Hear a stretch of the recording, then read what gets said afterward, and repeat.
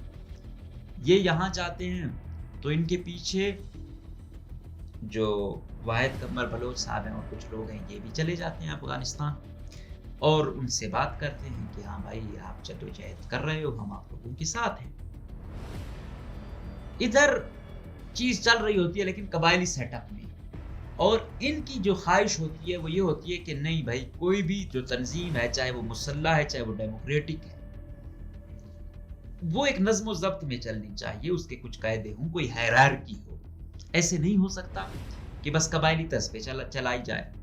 تو وہ کہتے ہیں کہ یہ چیز انہوں نے شیرو مری سے ڈسکس کی، نواب خیر بخش مری صاحب سے ڈسکس کی، تو انہوں نے اس طرح کہتے ہیں سنجیدہ نہیں لی. تو یہ پھر دوبارہ آ گئے یہاں پہ. جب آتے ہیں نجیب کو ہٹا لیا جاتا ہے، پھر ان پر افغانستان کی سرزمین تنگ ہو جاتی ہے. پھر یہ دوبارہ آتے ہیں اور پھر یہاں ہزار گنجی ایریاز میں ان کے کیمپ لگتے ہیں. تو آپ کو پتہ ہے اس وقت نواب خیر بخش مری صاحب کو اسپیشل C-130 کے تھرو لایا گیا تھا افغانستان سے، اور وہ اس وقت مسلح جدوجہد افغانستان میں بیٹھ کے کر رہے تھے. اس کے باوجود حکومت جو تھی نواز شریف کی تھی غالباً، بالکل، تو اسپیشل C-130 گیا اور ان کو لے آیا، اور بڑا ان کا استقبال بھی یہاں بلوچستان میں کیا گیا تھا اس وقت. پھر کیا ہوتا ہے کہ آتے تو یہ ہیں لیکن یہ جدوجہد ان کی ایسے ہی چلتی رہتی ہے. مطلب پھر یہ کہتے ہیں کہ 2000 میں تقریباً یہ مڈل کلاس بھی اٹھ گئی تھی، ڈاکٹر اللہ نظر ہو گئے، باقی آ گئے. پھر انہوں نے کہا ہم نے ایک ایسی تنظیم بنانی ہے جس میں قبائلیت نہ ہو، موروثیت نہ ہو، حساب کتاب ہو کہ بھائی اس میں میرٹ پر کچھ ہوتا ہے. پھر یہ BLF جو ایک العدم تنظیم ہے، جو عسکریت پسند تنظیم ہے، اس کی بنیاد ڈالتے ہیں.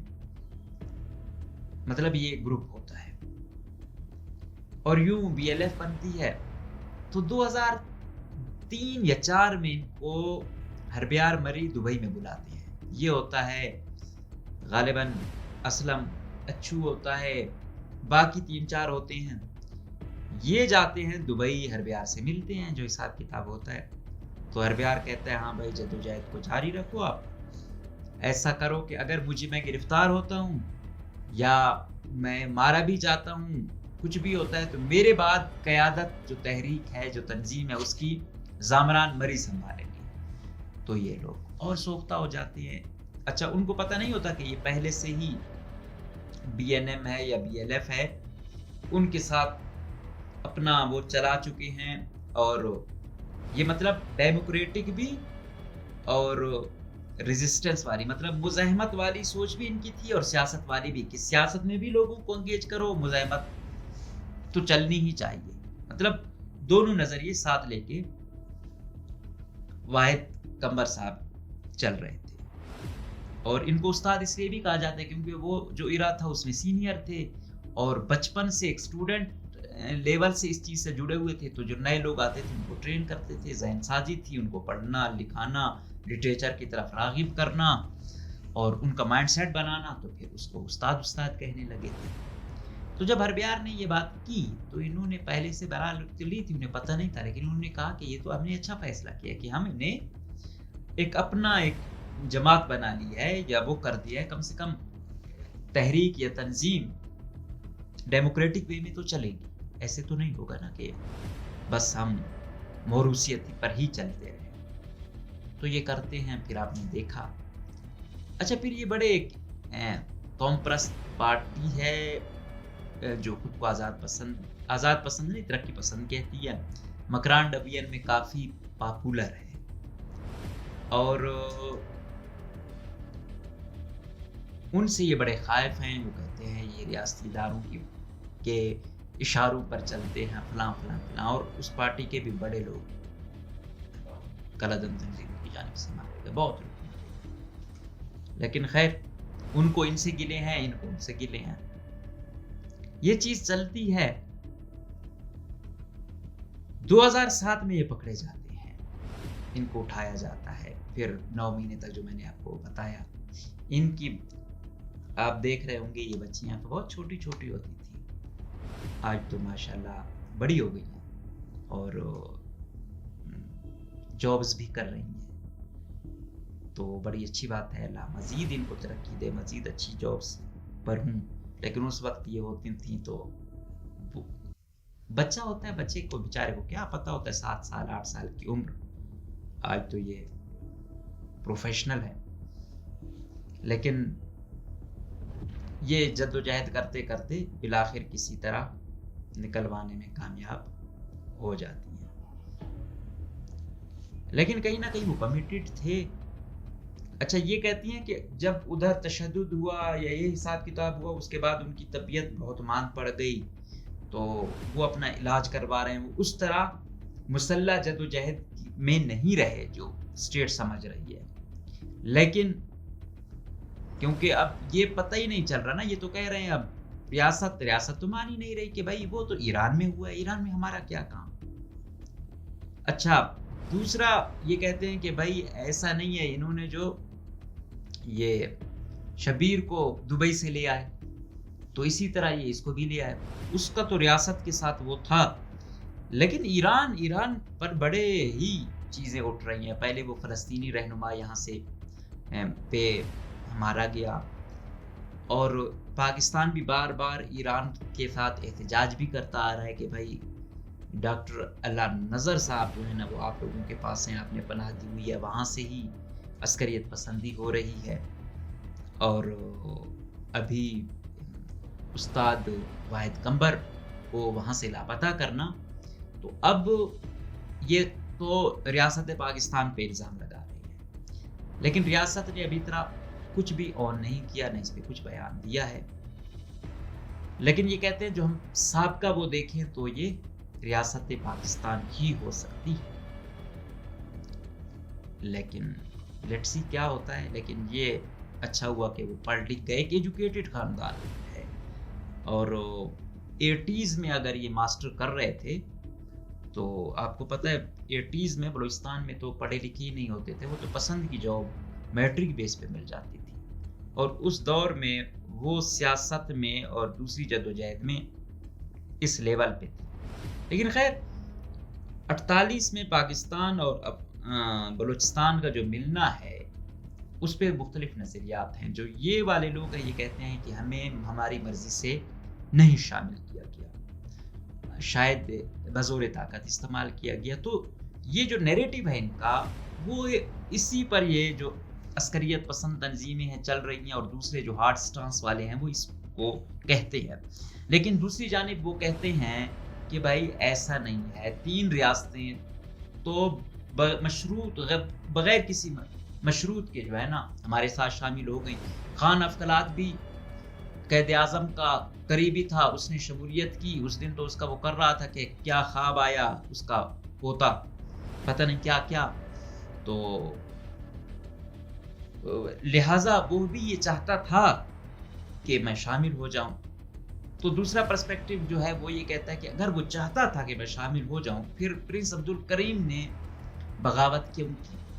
پھر وہ کہتے ہیں کہ نہیں، اس کو تو اپنا بھائی اون نہیں کر رہا تھا، فلاں فلاں. مطلب یہ نیریٹو ساتھ ساتھ چلتے آ رہے ہیں. ایسا نہیں ہے کہ ہم کہیں کہ نہیں، یہ نیریٹو آج بھی چل رہا ہے. ریاست اگر ایک نئے طریقے سے معاہدہ کرتی ہے تو یہ تمام چیزیں دیکھیں. اچھا، پھر چیزیں چلتی رہیں، پھر 1 یونٹ نے کام خراب کیا، پھر الیکشن ہوئے، بڑا اچھے سے طریقے سے حکومت چل رہی تھی 9 مہینے. پھر جب اسے ختم کیا گیا، اس کے بعد جو ایک نفرت اٹھی اس نے بہت کام خراب کیا.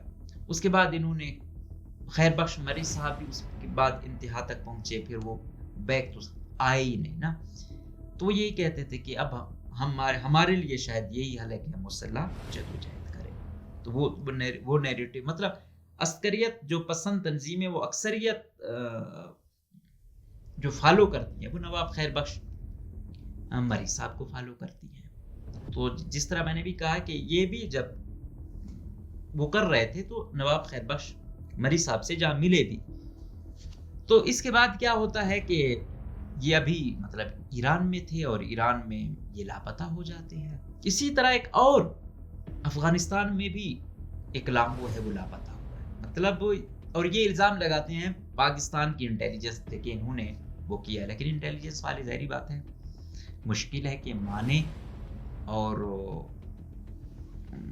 اس کا کوئی نہ کوئی مطلب آپ کہہ سکتے ہیں کہ ان کی اتنی مضبوط جڑیں ہیں ہوتی ہیں انٹیلیجنس کی. اور پاکستان ایک اٹامک پاور ہے تو ظاہری بات ہے کمزور تو نہیں ہے. لیکن پھر بھی جب تک کوئی شواہد نہیں آتے اس وقت تک کچھ نہیں کہا جا سکتا. لیکن یہ جو اٹھایا گیا ہے یہ شخصیت معمولی شخصیت نہیں ہے, بہت بڑی شخصیت ہے. یہ بھی ٹکر کے بڑے بڑے مطلب اعلیٰ نظر بھی اس کے شاگردوں میں آتا ہے کہ یہ ان سے بھی بڑی شخصیت تھی. لیکن جس طرح شیر و مری تھا وہ اس طرح نام اس کا نہیں ہوا.